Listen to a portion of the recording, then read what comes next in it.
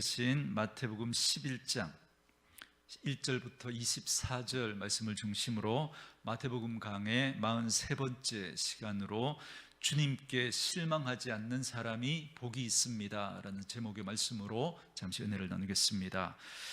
혹시 여러분 인생을 살다가 누군가에게 실망해 본 적 있으시죠? 아마 한두 번쯤은 아마 그런 경험들 있으실 텐데요. 여러분 주로 어떨 때 실망하십니까? 내가 그 사람에게 뭔가 기대했던 게 있는데 그 기대와 다른 행동을 할 때 우리는 그때 크게 실망하게 됩니다. 여러분 열왕기서에 보면 아람의 군대 장관 나만이라고 하는 사람의 이야기가 나오죠. 여러분 이 사람은 왕에게 총애를 받고 백성들에게 존경을 받는 아주 유명한 장군이었습니다. 그런데 그에게 문제가 생겼습니다. 그에게 나병이라고 하는 불치병이 생기게 된 겁니다. 그런데 이스라엘에 가면 엘리사라고 하는 선지자가 있는데 그 사람에게 가면 고칠 수 있다라고 하는 이야기를 듣게 됩니다. 그래서 왕에게 이야기를 해서 그 왕의 그 친서를 가지고 이렇게 이스라엘로 찾아가지 않습니까? 그래서 결국 이제 엘리사에게 찾아가게 되는데, 그런데 이 엘리사가 자기 집에 이 아람의 군대 장관, 왕의 다음 가는 그런 사람이 왔으니까 정말 어마어마한 사람이 온 것 아닙니까? 그래서 많은 선물을 들고 그렇게 엘리사에게 찾아갔는데, 근데 이 엘리사가 나와서 맞아주지도 않는 거예요. 그리고는 자기의 종 게하시를 보내서 저 요단강에 가서 7번 몸을 담궈라, 그러면 깨끗하게 나을 거다라고 그렇게 이야기를 합니다. 그래서 나만 장군이 굉장히 화가 납니다. 그 이유가 뭐냐면 내 생각에는 그가 내게로 나와 서서 그의 하나님 여호와의 이름을 부르고 그의 손을 그 부위 위에 흔들어서 나병을 고치겠거니 그렇게 생각을 했는데, 웬걸요, 엘리사가 직접 나오지도 않고 게하시에게 가서 요단강에 가서 몸을 담그라 그러니까 너무너무 화가 났던 거죠. 적어도 나를 맞아주고 내 환부 위에 손은 못 대더라도 나병이니까 그 환부 위에 그저 손을 흔들어서 그렇게 하나님께 기도해 줬어야지 이렇게 생각했던 거죠. 그런데 나와보지도 않고, 요단강이 웬 말입니까? 여러분 자기 나라에는 그 요단강과는 비교할 수 없는 훨씬 더 크고 훨씬 더 깨끗한 그런 강들이 얼마나 많은데, 아니 이런 천구석에 있는 정말 보잘것없는 이런 강에 들어가라고, 그래서 그가 분노한 이야기가 나오지 않습니까? 그러나 다행히 옆에 있는 신하들이 그를 잘 진정시켜서 결국은 순종하게 되고, 그래서 요단강에 들어가서 7번 몸을 담그고 나올 때 깨끗함을 입게 됩니다. 그렇지만 처음에 그가 분노했다라는, 거기에 우리가 좀 주목할 필요가 있습니다. 여러분 그가 왜 분노했는지를 표현해주는 아주 중요한 표현이 나오죠. 여러분 그게 뭐죠? 내 생각에는. 여러분 그래서 믿음은 내 생각을 끄집어내고 하나님의 생각을 집어넣는 것이다, 누누이 말씀드리죠. 그런데 우리가 이 내 생각을 끄집어내지 않으니까 자꾸 이렇게 충돌이 일어나게 되는 겁니다. 그러니까 이 나아만 장군은 자기가 가지고 있었던 그 생각하고 오늘 엘리사가 한 그 행동하고 이게 맞지 않았던 거죠.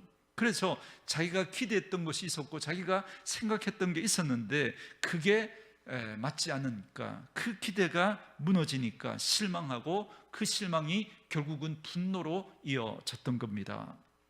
여러분 요즘 연예인들을 보면 이런 팬클럽이 생겨가지고 정말 수많은 팬들이 막 극성적으로 막 그를 막 이렇게 막 환호하고 막 따라다니는 그런 모습들을 보지 않습니까? 그런데 나름대로 그 연예인들에게도 좀 많은 고충들이 있더라고요. 그게 뭐냐면 팬들이 원하는 그 연예인의 모습이 있습니다. 근데 내가 좋아하는 연예인이 그 모습과 다른 모습을 보이게 되면 제일 그 연예인을 좋아했던 팬들이 나중에는 막 그것 때문에 화를 내고 막 안티가 돼가지고 공격을 하기도 하고 뭐 그런 모습들을 보게 됩니다. 예전에 한 연예인이 있었는데요. 그분이 뭐 했던 그런 기사를 예전에 본 적이 있는데, 이분은 아주 트레이드마크처럼 그저 찰랑찰랑거리는 그런 단발머리가 굉장히 유명한 연예인이었습니다. 그런데 어느 날 쇼커트를 하고 나타난 겁니다. 그런데 팬클럽 사이에 막 난리가 난 거예요.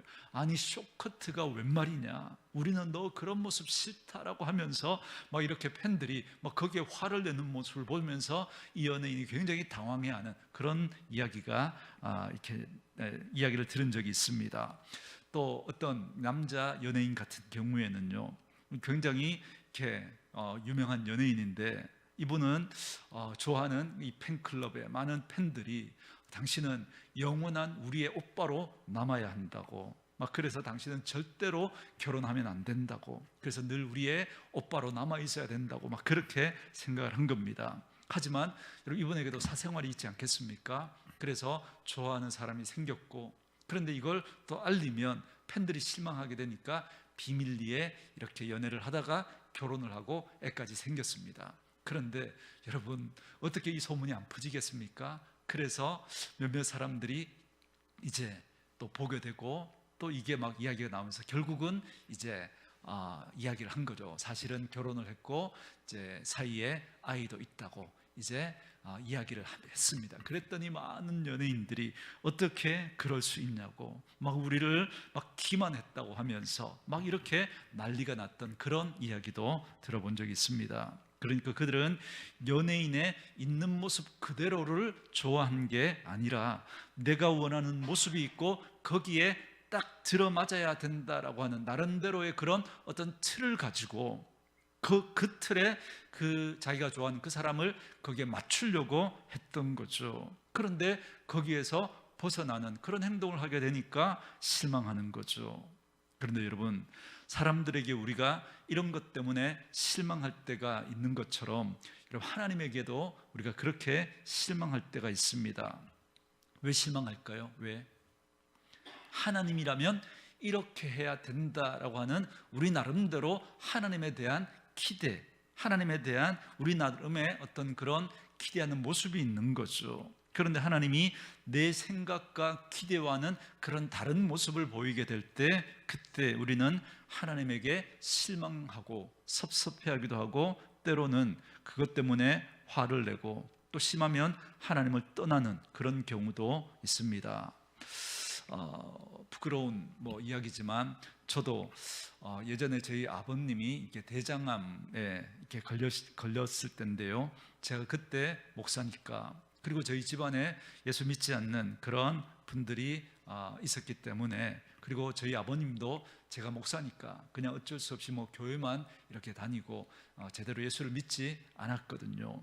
그래서 그때 제 마음은 어떤 마음이었냐면, 제가 그때 어떤 신유, 은사 이런 부분들에 대한 사모함이 제가 굉장히 컸을 때였습니다. 그래서 제가 간절히 기도하면 저희 아버지 수술하지 않고도, 그죠? 검사를 했는데 분명히 암 판정을 받았는데 수술을 하려고 이렇게 다시 검사하니까 예전에 하나님 저를 그렇게 이렇게 해주신 적이 있거든요. 그래서 제가 기도해서 또 그런 이렇게 역사들이 나타난 어떤 그런 큰 극적인 건 아니지만, 근데 그런 경험들도 있고 하니까 저는 정말 믿었어요, 정말. 그리고 간절했거든요. 그래서 기도하면 분명히 저희 아버지 수술하지 않고도 하나님 낫게 해주실 거다, 그렇게 믿고 정말 간절히 기도해서, 그래서 예수 믿지 않는 주변 분들 이 모습을 통해서 예수 믿고 봐라, 하나님 살아계시지 않냐, 그러면서 제가 정말 하나님이 그렇게 역사하실 것을 기대하고 믿고 정말 열심히 기도하고 나사렛 예수 그리스도의 이름으로 선포하고 그렇게 기도를 한 적이 있습니다. 그런데 제 기도대로 되지 않았어요. 그래서 결국 아버님이 수술하게 되셨거든요. 그런데 지나고 보니까 하나님은 그 과정들을 통해서 일하셨던 거예요. 정말 그때 과정들 제가 다 이야기하면 정말 기적 같은, 정말 하나님이 천사 같은 분들을 곳곳에 예비해 두셨고, 그런 과정들을 통해서 하나님이 정말 자식이 위로할 수 없는 걸 하나님께서 저희 아버님과 어머님에게 의사분을 통해서 위로하고, 저희 교회에 다니는 분도 아닌데요, 새벽 기도 왔다가 주보에 제가 그때 좀 큰 교회였기 때문에 교인 동정 그러면요, 지금 한글 포인트로 하면 한 5포인트 될까 말까. 교인 동정 조그마한 글씨로. 그렇게 저희 아버님이 이제 가톨릭 병원에 입원했다는 소식을 듣고, 이제 자기가 가톨릭 병원의 이제 가정의학과 교수입니다. 근데 이제 그 소식을 듣고는 이제 수소문을 해서 찾아간 거예요. 신봉을 오셔가지고 뭐 이렇게 막 이렇게 위로해 주시고, 그것도 한 번도 아니고 여러 번 그렇게 오셔서, 뭐 이렇게 그 수술하시는 분이 내 친구, 내 동기인데 정말 잘한다고, 실력 있다고 막 위로를 해주는데, 이건 자식이 위로하는 것보다 더 큰 위로를 해주고요. 막 그러면서 이렇게 나중에는 막 이렇게 수술 끝나고 나면 왜 의사들한테 가는 뭐 그 수술할 때 의사들한테 가는 그거 있잖아요. 그것도 막 친구한테 이야기해가지고 받지 말라고. 나중에 저희 부모님 그렇게 찾아오시니까 사실은 뭐 우리 아들이 그 교회 부목사다 그랬더니 뭐 더 신경을 써주신 거예요. 그런 과정들을 통해서 더 기도하게 하고, 그런 과정들을 통해서 제 안에 있던 잘못된 그런 생각들도 하나님 고쳐주시고, 또 저희 가족들이 정말 하나님의 살아계심을 믿게 하시고 그랬던 과정들이 있습니다. 그런데 그때 제가 기도했을 때 정말 제 기도대로 되지 않고 수술하게 됐을 때, 그때 제게 들었던 그 마음이 뭐였냐면 실망감이었죠. 정말 그렇게 기도했는데, 그런데 하나님 왜 그렇게 해주시지 않는가라고 하는 그런 실망감이었습니다. 여러분, 오늘 우리가 읽은 이 마태복음을 처음 읽었던 그 독자들, 그러니까 초대교회 성도들도 아마 비슷한 그런 마음이 있었던 것 같습니다. 여러분, 그들은 로마의 압제하에서 예수님을 믿다가 엄청난 핍박을 받았습니다. 그 로마인들, 그죠? 그 권력자들에게 그런 핍박을 받았을 뿐만 아니라 같은 유대인들에게도 또 박해를 받았습니다. 그러니까 양쪽에서 핍박을 받으면서 중간에 끼어가지고 여기서도 핍박을 받고 저기서도 핍박을 받고, 자기가 살던 고향에서 살지도 못하고 쫓겨나고, 마치 그래서 집시처럼 떠돌아다니면서 살아가는 그들의 그 마음속에 이런 마음이 있었던 거죠. 그게 뭐냐면 예수님이 빨리 재림하셔서 이 약한 사람들을 다 심판하시고 자기들에게는 승리의 면류관을 씌워주시고 천국의 기쁨을 선물해 주시는 그런 기대, 그런 소망이 있었죠. 마라나타, 주 예수여 어서 오시옵소서. 여러분, 초대교회의 그 사도들도 자기 세대에 주님이 오실 거라고 그들은 그렇게 생각을 했었거든요. 그렇게 했는데, 그런데 자신들의 생각과는 달리 주님은 재림하시지 않는 겁니다. 그래서 그것 때문에 그들 안에 큰 갈등과 고민이 생겼던 거죠. 그리고 핍박은 점점 더 심해져 갔습니다. 이렇게 힘들어하고 갈등하는 그 사람들이 이제 마태복음을 딱 펴서 읽습니다. 여러분, 마태복음의 저자인 이 마태는 오늘 이 성경을 통해서 이들을 옛날에 있었던 한 장소로 그들을 데리고 갑니다. 그리고 거기서 한 사람을 만나게 하는데, 그가 누구냐면 바로 세례 요한입니다. 여러분이 잘 아시는 것처럼 세례 요한은 예수님이 오신다라는 사실을 미리 선포하면서 주님의 길을 예비했던 아주 탁월한 선지자였습니다. 그는 예수님에게 직접 세례를 베풀었기 때문에 그를 부를 때 세례 요한이라고 이렇게 부르고요. 그 예수님이 자기에게 세례를 받으러 오실 때 나는 이분의 신발끈을 맬 자격도 없는 사람입니다 라고 하면서 예수님을 높였던 사람입니다. 예수님이야말로 구약의 그 성경에서 예언한 메시아, 그분이 바로 이 예수님이다.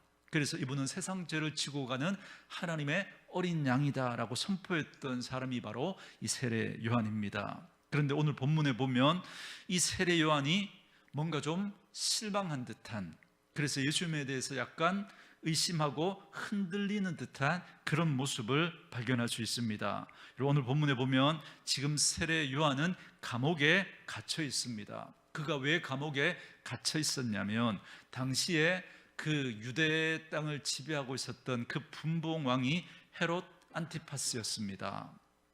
여러분, 그 헤롯 안티파스라고 하는 그 왕에게 세례 요한이 직언을 한 것 때문에 그 왕에게 미운 털이 박혀가지고 감옥에 갇힌 겁니다. 이 헤롯이 자기 동생의 아내, 그러니까 제수씨한테 반한 겁니다. 그래서 자기 본처와 이혼하고 제수씨하고 이렇게 자기 제수씨를 자기 부인으로 맞아 들인 겁니다. 여러분, 이건 누가 봐도 잘못한 거죠. 그런데 여러분, 그가 왕이기 때문에, 그가 권력을 가지고 있기 때문에 누구도 거기에 대해서 잘못됐다고 말을 하지 못할 때 세례 요한은 당신 그러면 안 됩니다, 직언을 했던 거죠. 그것 때문에 미운 털이 박혀서 결국은 지금 감옥에 갇혀 있는 겁니다. 그는 지금 감옥에 갇혀서 여러 시간들을 보내면서 지금 고민을 하고 있는 겁니다.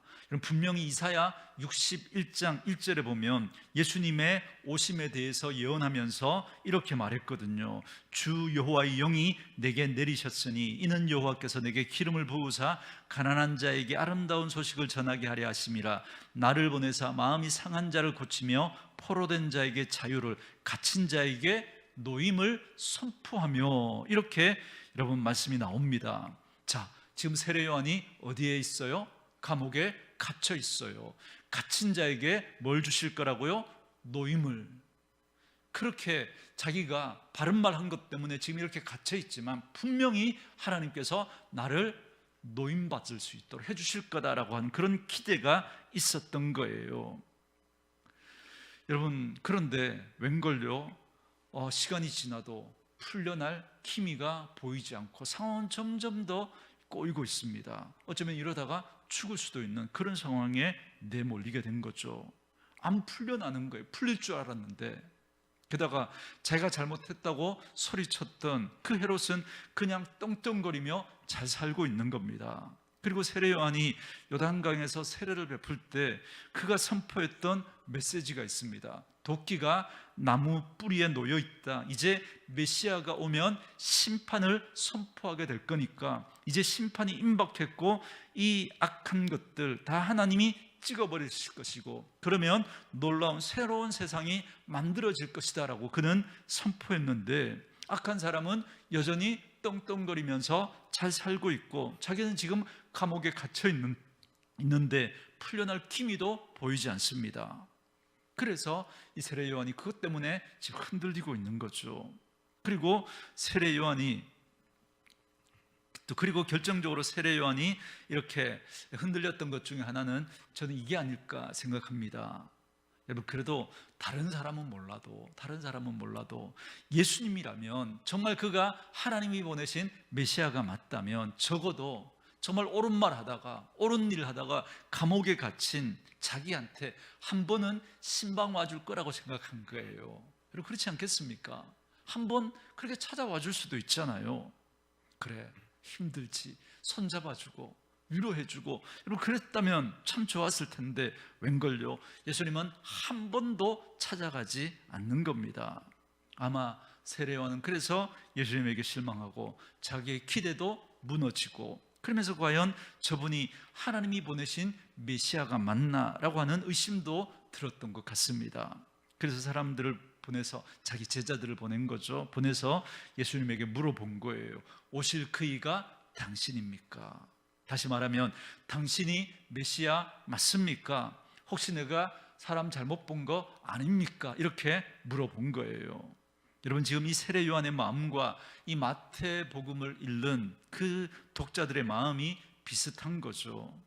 하나님, 왜 이렇게 우리가 원하는 대로 안 해주시는 겁니까? 이런 섭섭한 마음이 그들에게 있었던 겁니다. 여러분, 세례 요한이 누굽니까?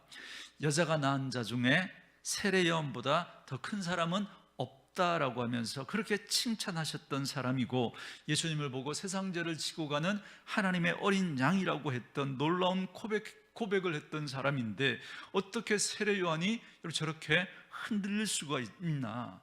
여러분, 오늘 이 마태복음을 읽으면서 우리가 좀 놀라는 그런 마음이 들기도 할 겁니다. 그런데 저는 또 한편으로 이런 세례 요한의 모습을 보면서 약간 위로를 받기도 하고 반갑기도 합니다. 여러분, 이런 것 있잖아요, 그죠? 이제 구역 모임에 가가지고 정말 내가 막 이렇게 고민하고 있는 거 이렇게 말할까 말까 막 이렇게 하다가 용기를 내서 이야기를 했습니다. 저는 예수님 믿는 것도 사실이고 정말 예수님이 항상 내 곁에 계신 것도 믿고 정말 주님과 동행하기를 원하는데, 그런데 새로운 신입 사원이 왔는데 자꾸 이렇게 눈이 돌아가고 막 이렇게 기도해도 안 되고, 저 정말 어쩌면 좋아요 막 그렇게 이야기를 했는데, 그러면 옆에 있는 집사님이 그러면 안 된다고, 집사님 정신 차려 뭐 이렇게 할 줄 알았는데, 옆에 있던 안수 집사님이 혹은 이렇게 장로님이 뭐 이렇게 나도 가끔은 그래, 그래서 지금도 기도하고 있어 뭐 이런 이야기를 할 때 여러분 어떤 마음이 들죠?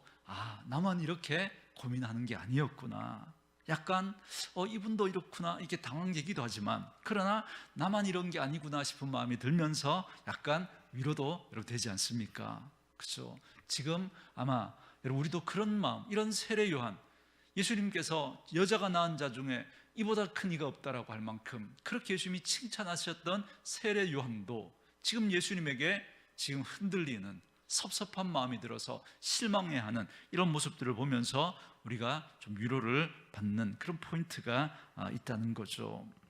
그래서 아마 이 마태복음을 읽는 그 독자들의 마음도 그랬을 것 같습니다. 이런 것 때문에 나만 이렇게 고민하는 줄 알았는데 세례 요한 같은 저런 위대한 선지자도 그런 고민이 있었구나라는 마음이 드니까 위로가 되었을 것 같습니다. 어쨌든 이렇게 위대한 사람인 줄로만 알았던 세례 요한도 지금 흔들리고 있는 거죠. 그런데 마태는 이 세례 요한의 이야기를 통해서 그가 고민했다는 걸로 끝난 게 아니라 그 고민을 하는 요한에게 예수님이 어떤 말씀을 해주셨는지를 소개하고 있습니다. 그러니까 지금 이 마태복음을 읽는 이 독자들은 세례 요한에게 해주셨던 그 예수님이 말씀이 바로 자기들에게 주시는 하나님의 말씀이다라는 걸 깨닫게 되는 거죠. 그리고 여러분 이 말씀은 여러분 이렇게만 끝나지 않습니다. 오늘 이 자리에서 하나님 앞에 예배하고 있는 저와 여러분에게도 때로는 우리의 기대와 우리의 생각과 맞지 않는 그런 하나님의 모습들을 보면서 실망하고 있는 그런 우리들에게도 오늘 하나님께서 세례 요한에게 주셨던 이 말씀이 오늘 우리에게도 주시는 하나님의 말씀이다라는 사실을 꼭 기억하시고 오늘 이 말씀에 우리가 좀 귀를 기울여야 합니다. 그리고 주님이 어떻게 말씀하시냐면 이렇게 말씀하십니다. 세례 요한이 자기 제자들을 보내서 예수님 오실 그이가 당신입니까? 이렇게 물어보라고 시켰잖아요. 그래서 그 요한의 제자들이 예수님에게 가서 묻습니다. 그랬더니 예수님이 그 요한의 제자들에게 이렇게 말씀하십니다. 너희가 가서 보고 들은 것을 이야기해 줘라, 이렇게 말합니다. 여러분 그들이 본 게 여러분 뭘 봤을까요? 예수님이 행하셨던 많은 치유의 역사들이 그들이 봤다는 거죠. 그리고 그들이 들은 건 뭘까요? 여러분 마태복음을 살피면서 여러분 특별히 마태복음 5장, 6장, 7장에 걸쳐서 나오는 산상수훈의 이야기, 그리고 8장, 9장, 10장에 나오는 예수님의 치유 사역의 이야기를 이렇게 전해주라는 거죠. 그러면서 5절과 6절에 보면 이런 말씀이 나옵니다. 여러분 오늘 5절, 6절 우리 같이 한번 읽어볼까요? 읽습니다. 시작. 맹인이 보며 못 걷는 사람이 걸으며 나병 환자가 깨끗함을 받으며 못 듣는 자가 들으며 죽은 자가 살아나며 가난한 자에게 복음이 전파된다 하라. 누구든지 나로 말미암아 실족하지 아니하는 자는 복이 있도다 하시니라. 아멘. 자, 이렇게 전해주라는 거예요. 여러분, 자 여기 보면 이렇게 말하죠. 맹인이 눈을 뜨게 됐다.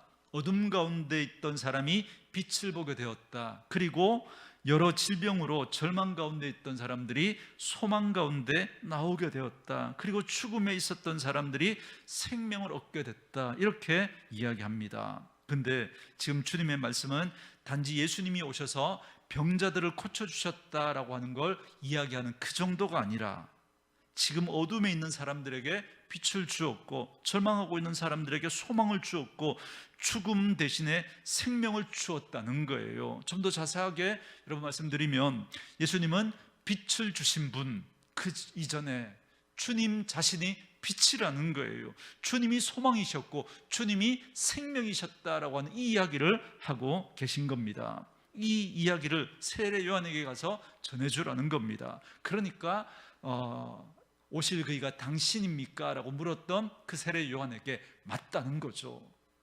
그 이사야 63장에 예언되었던 메시아가 오면 일어날 그 일들이 지금 너희들이 보고 듣는 것처럼 나를 통해서 일어나고 있지 않느냐.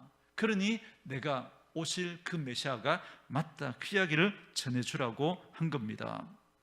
그런데 우리가 또 주님이 하신 이 말씀에 좀 주목할 말씀이 있는데요, 가난한 자에게 복음이 전파된다라고 해라, 이렇게 이야기합니다. 저는 이 말씀이 굉장히 중요하다라고 생각합니다.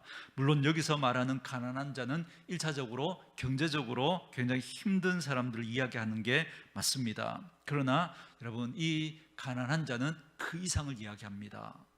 여러분, 예수님께서 산상수훈에서 말씀하실 때 여러분 첫 번째 복이 뭐였습니까?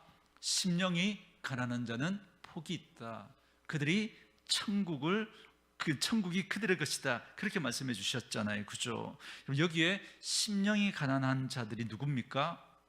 자기 자신에게서 어떠한 소망도 찾지 못하는 사람. 여러분, 예를 들어서 여러분 맹인인데 자기 힘으로는 여러분 앞을 보는 그런 앞을 보지 못하는 그런 장애가 있으니까 도무지 살아갈 수가 없는 사람이잖아요. 여러분, 요즘도 장애를 가지면 뭐 여러 가지 어려움들이 많잖아요. 뭐 복지적인 혜택들을 많이 받기는 하지만, 그러나 여러분 2000년 전에 그 당시 여러분 맹인으로 그렇게 태어났다는 건 여러분 이거는 자기 혼자 힘으로는 도저히 살아갈 수 없는 그런 사람인 거죠. 그래서 그래서 경제적으로는 거지고 집에서는 쫓겨났고 사람들에게 손가락질을 당하고 캄캄한 어둠 가운데서 사는 그 사람인 거죠. 아무 소망이 없는 사람. 그래서 맨바닥에서 나는 어떻게 할 수 없습니다, 주님 제발 좀 어떻게 해주십시오. 그야말로 낮은 마음으로 가난한 마음으로 예수님께 나온 이런 사람들이 결국에는 천국을 경험했다는 거예요. 주님, 나는 죄인입니다.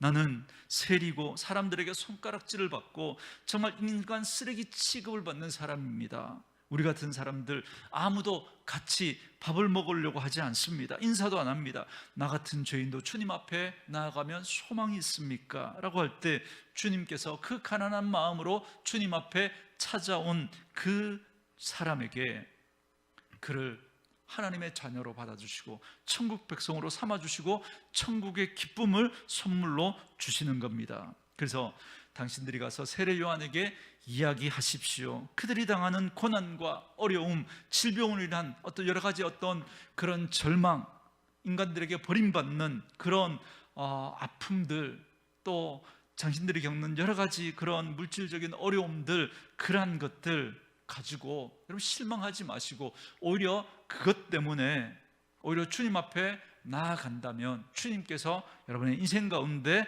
새로운 길을 열어주실 것이고 이전에 경험하지 못했던 천국을 경험하는 그런 은혜가 있게 될 거다라는 겁니다. 여러분, 우리가 고난당할 때 정말 주님이 말씀하신 대로 그 고난 때문에 실족해서 걸려 넘어지면 나 교회 안 가, 교회 가도 뭐 이렇게 우리 아이 대학에 떨어지고 남편 회사에서 쫓겨나고 또 내 몸에 병도 걸리고 이런 하나님 나 안 믿어, 이렇게 실족해서 넘어지는 사람이 있지만 거꾸로 여러분 오히려 똑같은 어려움을 당하지만 오히려 그것 때문에 나는 아무런 소망이 없는 사람입니다 라고 하면서 가난한 마음으로 주님 앞에 나아가 낮은 마음으로 주님 앞에 나아가 기도하고 주님 제발 저를 불쌍히 여겨주십시오. 주님의 은혜가 아니면 우리는 아무런 소망이 없습니다. 간절히 그 주님 앞에 나아가 기도하는 그런 분들이 있습니다. 그런데 그런 분들이 오히려 그 어려움 때문에 그 아픔 때문에 주님 앞에 기도하다가 하나님을 만나게 되고 천국의 기쁨을 경험하는 그런 은혜들이 있다는 거예요. 지금 세례 요한에게 지금 그걸 말하고 있는 겁니다. 감옥에 갇혀 있고 죽을지도 모르는 바로 그런 상황 속에서도 절망하고 낙심하고 실족해서 넘어지기보다는 오히려 더 가난한 마음으로, 더 간절한 마음으로, 목마른 마음으로 주님 앞에 나오라는 겁니다. 그러면 천국의 기쁨을 경험하게 될 거라는 거죠. 지금 그걸 말씀하고 있는 겁니다. 저는 그게 맞다고 생각합니다. 여러분, 예전에 우리 한국교회 가난한 시절이 있었죠. 제가 80년대부터 신앙생활을 했는데 그 80년대까지만 해도요, 정말 가난한 마음으로 정말 하나님 앞에 나와 간절히 기도하는 그런 모습들이 있었거든요. 제가 다니던 교회 지하실은 항상 이렇게 기도실로 열려 있었어요. 나무바닥이죠. 거기 보면 제가 교회 가면 다 기도하는 분들이 있었습니다. 그리고 그렇게 기도하다가 보면 그죠? 눈물을 흘리면서 정말 나중에는 콧물까지 흘리면서 막 기도하고 막 그러죠. 그러면 나무 바닥 보면 그죠? 이렇게 니스 칠해 놓지만 거기 눈물 그죠? 막 자국 때문에 그게 막 썩어가지고 꺼묵꺼묵한 그런 모습들, 그 기도하는 모습들 제 경험에 있거든요. 제 청년 때만 해도 주암산 기도원 수요예배 끝나면 늘 우리 청년들 봉고차 2대로 그 기도원에 가서 기도했던 그런 모습들. 그래서 가면 막 예배 마치면 빨리 가려고, 좋은 자리, 늦게 가면 좋은 자리를 못 맡는다고 빨리 가려고 정말 기도하는 모습들이 있었거든요. 그런데 그런 모습들을 찾아보기가 힘든 거예요.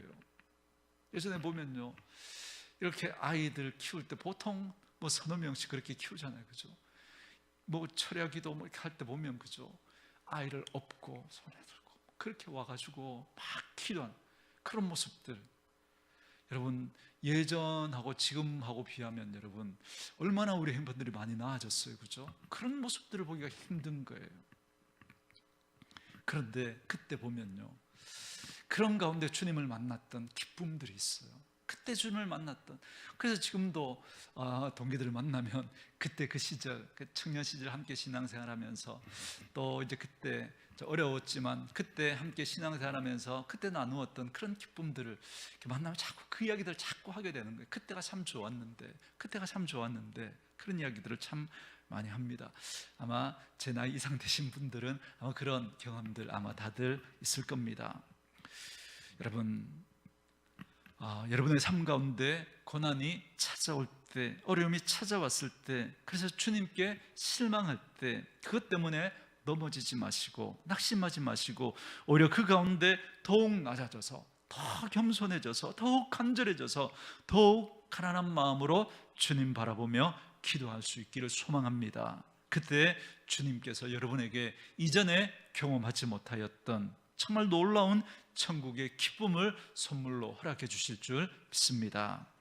오늘 주님이 이런 말씀을 또 하셨습니다. 천국은 침노하는 자의 것이다. 천국은 지금도 계속 침노를 당하고 있고 그 침노하는 사람에게 천국이 열려 있다, 이렇게 말씀합니다. 여러분, 이 말씀이 좀 해석하기 힘드시잖아요, 그죠? 여러분, 침노한다는 게 뭐예요? 빼앗기 위해서 쳐들어가는, 그죠? 그거죠. 그래서 이게 좀 침노한다라고 하는 이 단어를 쓰니까 우리가 좀 이렇게 부정적인 어떤 그런 뉘앙스가 있어서 이 말씀을 좀 오해하는데, 무슨 말이냐면 가난한 마음으로 정말 주님 앞에 간절히 나아가서 엎드리는 그 사람은 지금도 먼 미래의 그 천국뿐만 아니라 지금 당장 그 천국의 기쁨 안으로 들어갈 수 있다는 겁니다. 여러분, 우리에게 천국은 보장되었어요, 그죠? 예수 믿는 우리들에게 천국은 보장되었습니다. 그러나 여러분, 우리가 예수님을 믿고 생명을 얻고 거기서 끝나는 게 아니라 더 풍성히 얻게 하려는 거잖아요, 그죠? 더 풍성히 얻게 한다는 게, 여러분, 우리가 나중에 들어갈 천국이 있고 지금 예수님이 오심으로 임한 천국, 하나님의 나라가 지금 여기 임한 거예요. 여기에 임한 그 하나님의 나라를 우리가 사모하면서 오늘 이 낮은 마음으로, 가난한 마음으로 정말 그 천국을 정말 경험하기를 사모하는 그 은혜를 가지고 주님 앞에 나아가고 정말 사모하는 마음으로 그 하나님의 은혜를 구할 때 그 사람에게 그 천국이 이 땅 가운데서도 경험되어지게 될 거라는 거예요. 지금도 그 천국이 열려 있다는 거예요. 사모하는 사람에게, 그 은혜를 사모하고 그 주님을 만나기를 사모하는 그들에게 그 천국은 열려 있다는 겁니다. 그래서 우리가 얼마든지 오늘 이 땅을 살아가면서도 우리의 개인적인 삶에도, 우리 가정에도 정말 우리가 이런 낮은 마음으로 주님 바라고 사모하면서 그렇게 믿음 생활할 때 우리의 가정이 천국이 되고 우리 교회 공동체가 이곳에서 천국을 경험하게 되는 그런 일들이 얼마든지 일어나게 된다는 겁니다. 저는 저와 여러분에게 이 은혜가 있기를 원합니다. 반대로 예수님 당시에 부자로 권력자로 살았던 사람들은 마음이 높아져 있었습니다. 물은 여러분 절대 높은 곳으로 오르지 않습니다. 하나님의 은혜도 마찬가지입니다. 하나님의 은혜는 절대 높은 곳으로 올라가지 않습니다. 낮은 곳으로 내려갑니다. 부자고 권력을 가진 사람들이 여러분 왜 천국에 들어가기가 힘드냐면 마음이 높아져서 교만해져 있기 때문에 그래요. 절대 그쪽으로는 은혜가 흘러갈 수가 없습니다. 오히려 가난하고 가진 것 없고 사람들에게 손가락질 당하고 소망 없어서 가난한 마음으로 주님 앞에 나아간 그 사람들에게 주님의 은혜가 흘러갔던 겁니다. 여러분이 가난한 마음으로, 낮아진 마음으로, 겸손한 마음으로 주님 앞에 나아갈 때 여러분들이 바로 그 천국의 주인공이 될 줄로 믿습니다. 그래서 주님은 세례 요한에게 오히려 이 어려움과 고난 속에서 더 가난한 마음으로 주님 앞에 나오라고 초청하고 계신 거죠. 지금 고난받고 있는 이 초대교회 성도들에게 그 고난 때문에 실족하지 말고, 그 고난 때문에 실망하지 말고 오히려 그것 때문에 더 가난한 마음으로, 낮은 마음으로 주님 앞에 나오라는 겁니다. 여러분, 오늘 저와 여러분들 가운데도 정말 주님 때문에 정말 그렇게 실망하시는 분들이 있습니까? 여러분들에게 해결되지 않는 그런 문제들이 있고 아픔이 있습니까? 오히려 그때 정말 주님 앞에 더 낮은 마음으로, 간절한 마음으로 주님 앞에 나아가 오히려 그것 때문에 하나님을 만나고 천국을 경험하는 그런 은혜가 있기를 주의 이름으로 축원합니다. 아마 세례 요한은 이 말을 듣고 지금 예수님이 하시는 이 말씀이 무슨 의미인지를 이해했을 겁니다. 그런데 그렇게 이해해도 풀리지 않는 한 가지 문제가 있습니다. 그건 바로 악한 자들에 대한 겁니다.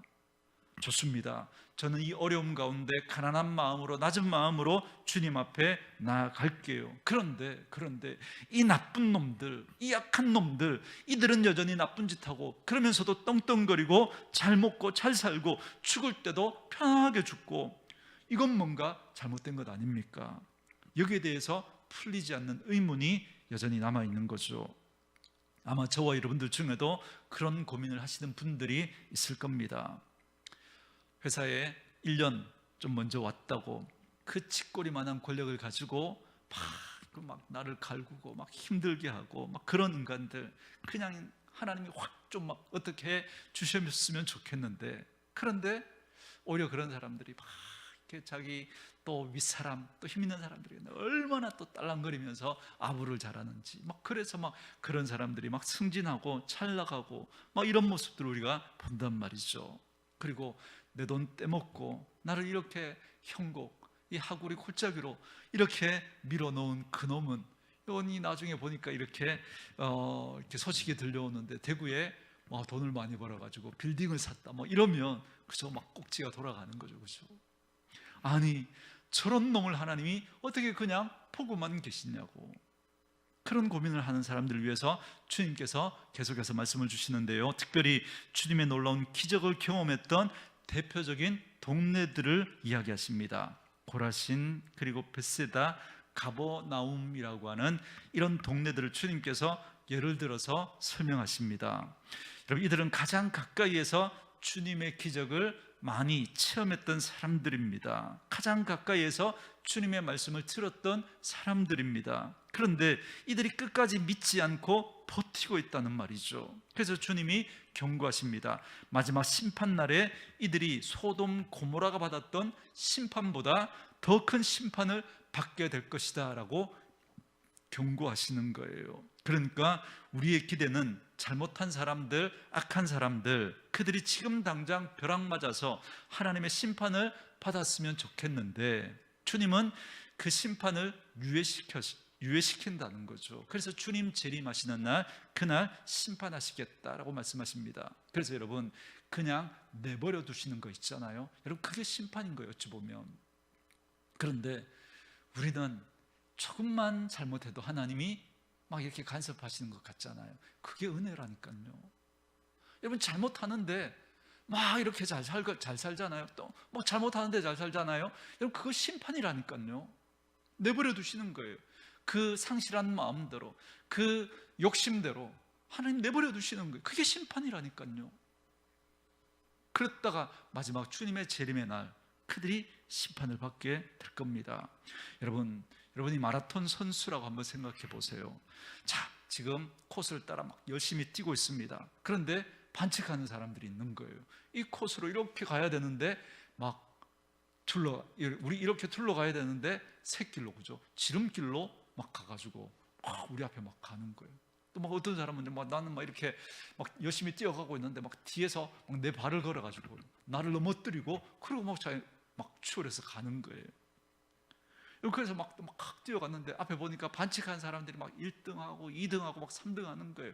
그래서 중간에 어떻게 했는지도 모르고 그저 그 결승점에 있는 사람들이 막 1등, 2등, 3등 온 사람에게 막 박수치고 환호하고 막 행가래치고 막 그러는 거예요. 너무너무 속상하죠. 그런데 마지막에 심판이 이렇게 말하는 거죠. CCTV로 다 보고 있었다는 거예요. 그래서 1등, 2등, 3등 다 실격. 그런 날이 온다는 거예요. 지금 당장에는 그 사람이 잘 나가는 것 같고 잘 되는 것 같고 나쁜 짓 해도 배불리 먹고 떵떵거리고 잘 사는 것 같지만 주님 앞에 서는 날이 반드시 있게 될 것이고 그날 그들이 그 행한 대로 심판을 받게 될 거라는 겁니다. 말씀드렸죠. 여러분 잘 나가는 그저 추락하는 비행기 1등석보다 안전하게 목적지에 도착하는 그죠? 그 비즈니스석 그게 훨씬 더 여러분 좋은 것 아니겠습니까? 여러분 그렇기 때문에 지금 우리의 고민이 뭔가 하면 주님이 처음 오신 초림과 재림 사이 그죠? 2000년 전에 주님이 이 땅에 처음 오셨죠. 그리고 언젠가 주님이 재림하실 거예요. 이 사이에 우리는 살아가고 있는 거예요. 천국이 완전히 임했다면 하나님의 공의가 드러나서 우리가 이런 갈등을 안 겪어도 되지만 지금 이 초림과 재림 이 사이에는 그저 이 세상 나라와 하나님의 나라가 충돌을 하고 있는 거예요. 그런데 우리는 어디 나라에 속한 자로 어느 나라의 법을 따라 살아요? 하나님의 나라에 속한 자로 하나님의 법을 따라 사는 거죠. 그런데 이 세상 나라에 속한 사람들은 어떻게 살아요? 자기가 신이에요. 자기가 하나님이에요.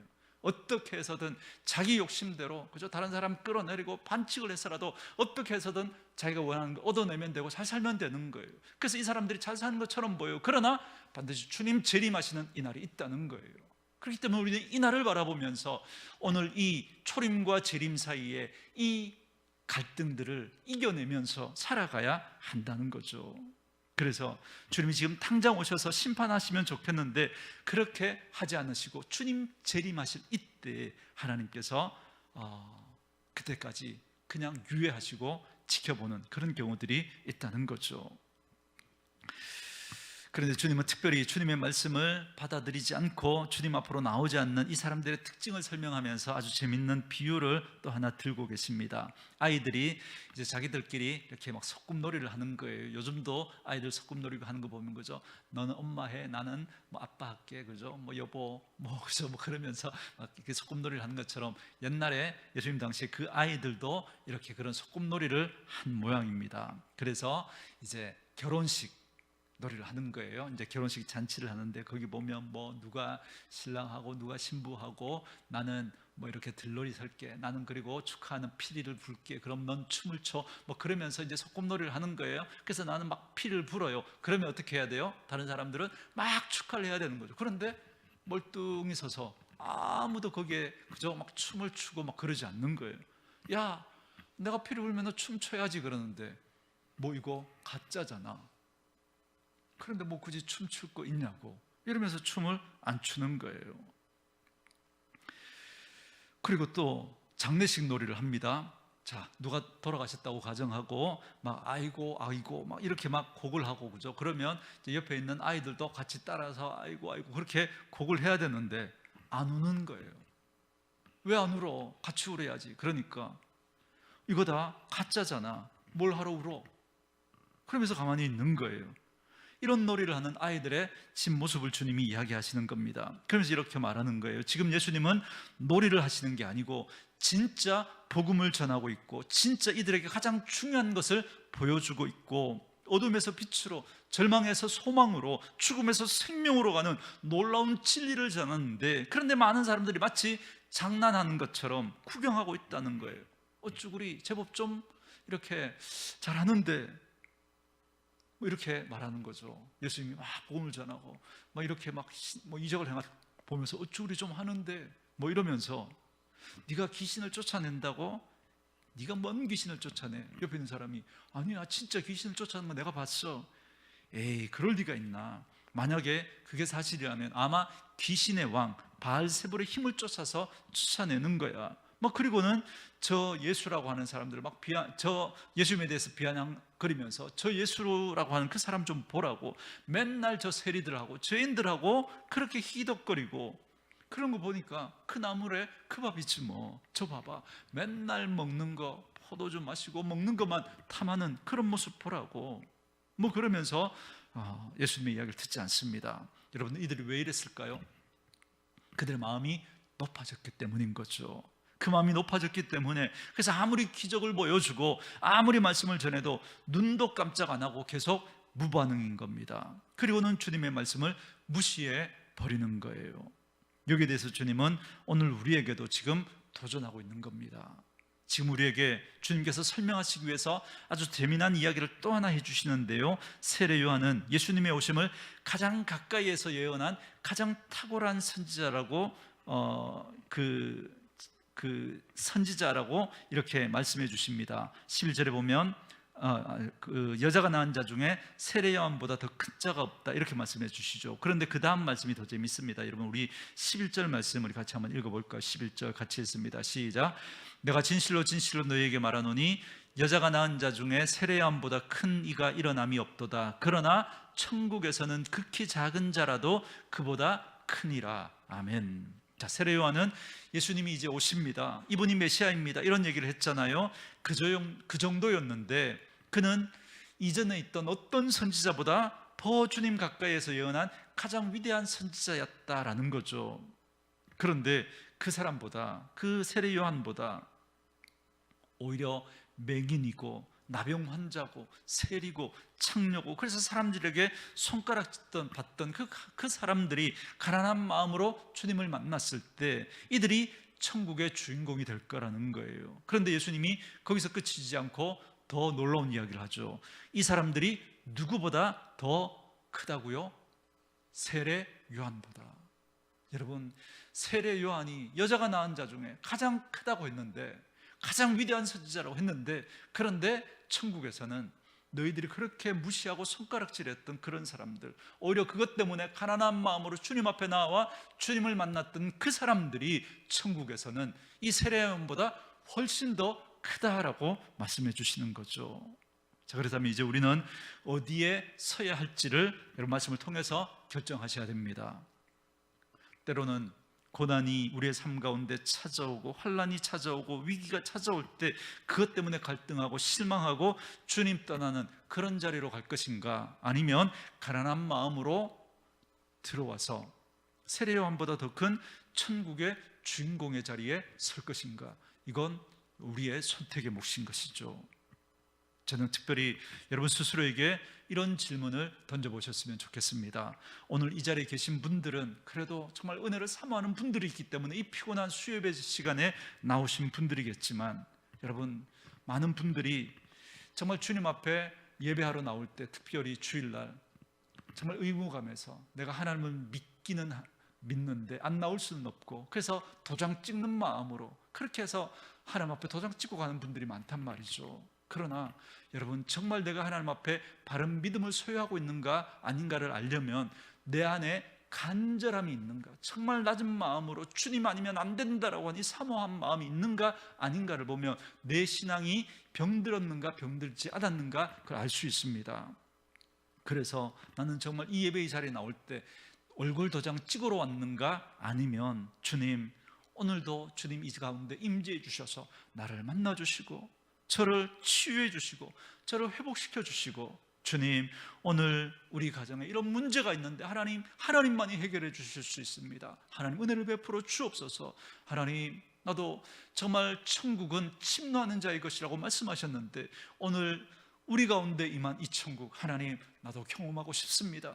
내 심령 가운데, 우리 가정 가운데, 우리 교회 가운데 하나님 그 천국의 은혜가 임하게 해주십시오. 오늘도 이 예배의 자리에 그냥 왔다가 그냥 돌아가지 않게 해주십시오.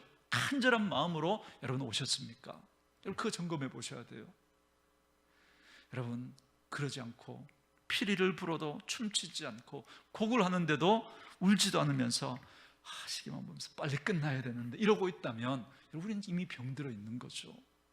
사랑하는 성도 여러분, 여러분 안에 정말 이런 간절함이 있기를 원합니다. 그래서 오늘도 정말 이 예배의 자리 가운데 그런 마음으로 나오셨을 줄 압니다. 그리고 더 사모하는 마음으로 또 기도의 자리, 말씀의 자리, 찬양하는 자리에 나아가서 주님, 저의 닫힌 눈을 열어주시고 저의 닫힌 귀를 열어주시고 저의 메마른 이 심령 가운데 성령의 생수를 하나님 부어주십시오. 그래서 오늘도 그 살아계신 하나님을 경험하는 은혜가 있게 해주십시오. 그렇게 간절한 마음으로 기도하는 저와 여러분 될 수 있기를 원하고요. 그럴 때 주님께서 하늘 문을 여시고 부어주시는 놀라운 은혜의 생수가 저와 여러분 가운데 경험되어지는 그런 은혜가 있기를 주의 이름으로 축원합니다.